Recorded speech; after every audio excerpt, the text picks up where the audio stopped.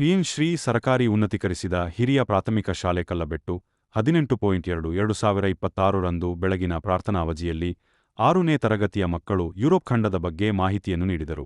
Europe ಖಂಡದ ಭೂಪಟವನ್ನು ತೋರಿಸಿ ಅದರ ಭೌಗೋಳಿಕತೆ, ಪ್ರಮುಖ ದೇಶಗಳು ಮತ್ತು ರಾಜಧಾನಿಗಳು, ಭಾಷೆಗಳು, ಇತಿಹಾಸ ಮತ್ತು ಸಂಸ್ಕೃತಿ, ಪರಿಸರ ಮತ್ತು ಆರ್ಥಿಕತೆ ಇದರ ಬಗ್ಗೆ ವಿವರಣೆಯನ್ನು ನೀಡಿದರು. ಇವತ್ತಿನ ಪ್ರಾರ್ಥನಾ ಅವಧಿಯ ಚಟುವಟಿಕೆಯನ್ನು ನಡೆಸಲಿದ್ದಾರೆ 6ನೇ ತರಗತಿ ವಿದ್ಯಾರ್ಥಿಗಳು. ವಿಷಯ ಯುರೋಪ್ ಖಂಡ. ಯುರೋಪ್ ಪ್ರಪಂಚದ 7 ಖಂಡಗಳಲ್ಲಿ ಎರಡನೇ ಅತ್ಯಂತ ಚಿಕ್ಕದಾದ ಮತ್ತು ಆದರೆ ಅತ್ಯಂತ ಅಭಿವೃದ್ಧಿ ಹೊಂದಿದ ಖಂಡವಾಗಿದೆ.